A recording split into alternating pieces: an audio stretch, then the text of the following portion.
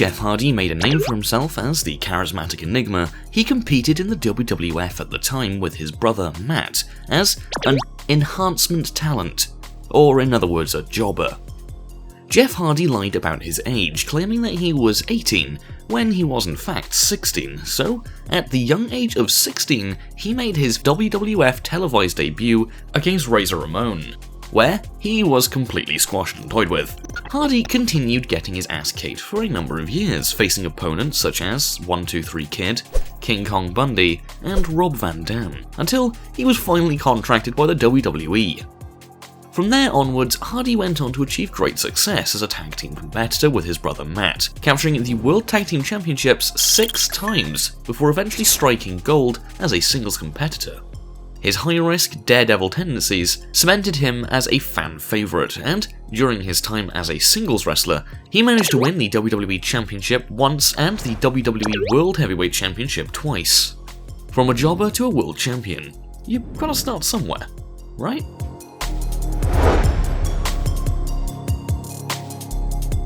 The hardcore legend Mick Foley, or should I say Mankind, or should I say Dude Love, or Cactus Jack, I'm just gonna stick with Mick Foley.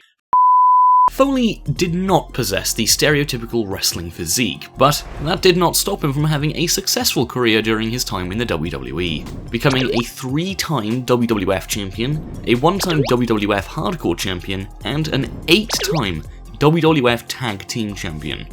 However, when Foley first appeared in the WWE or WWF at the time, he did not have a nice day.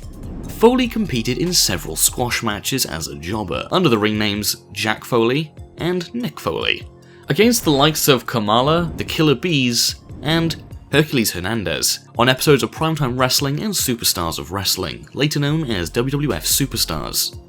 In his very first match of Superstars, Foley teamed up with Les Thornton to take on the World Tag Team Champions at the time, Dynamite Kid and Davey Boy Smith, aka the British Bulldogs. During the match, Foley took a heavy beating, and any opportunities he had to fight back were no sold. Dynamite Kid even hit Foley with a stiff clothesline that dislocated his jaw, leaving him unable to eat solid food for weeks. After spending some time in the independent circuit as Sexton Hardcastle, what a name by the way, Edge briefly wrestled for WCW under the ring name Damon Stryker. There, he was on the receiving end of several squash matches against the likes of Meng and Kevin Sullivan on episodes of WCW Pro. However, his big break finally came when he was noticed by an impressed WWE official who was watching one of his matches. Eventually, Edge signed with the WWE, and the rest is history. He went from a tag team specialist with Christian to a main event singles star, becoming one of the most decorated wrestlers of all time in the WWE, capturing a total of 31 championships, including the main prizes, the WWE Championship, which he held 4 times, and the WWE World Heavyweight Championship, which he held 7 times. AJ Styles is no doubt phenomenal, and one of the greatest professional wrestlers of all time. Everywhere he has been at the top of the ladder, being the face of TNA for over 11 years, and already one of the top superstars in the WWE today.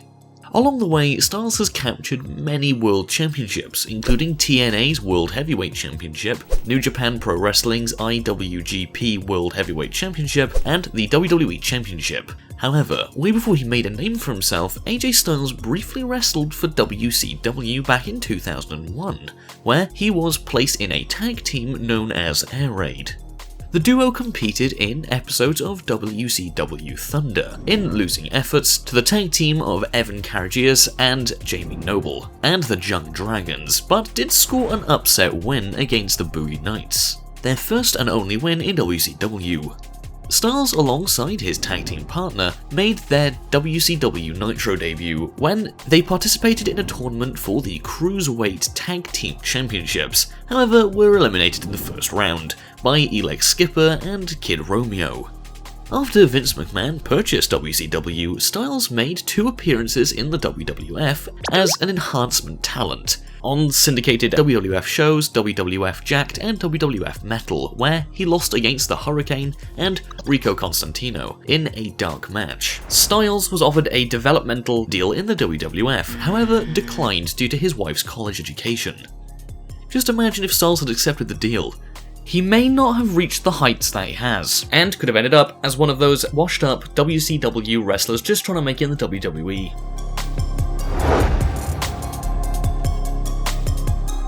Even before his days as this snobby aristocrat, the 14-time WWE World Champion Triple H was actually a jobber during his time in WCW. Back then, he was a heel with the name of Terrorizing, a play on word of terrorizing. That name alone pretty much sums up his days in WCW, doesn't it? And he sported long golden locks. Basically a more jacked version of Ric Flair. Woo! He was often used in order to put over good guys, and nothing more followed really. He was briefly paired with Lord Steven Regal, better known as William Regal, however, again, nothing more followed really. After his request to become a singles competitor was turned down, he made the move to WWE, where he had an outstanding career, becoming a 14-time world champion as the superstar we all know today. The cerebral assassin, the King of Kings, the Game, Triple H.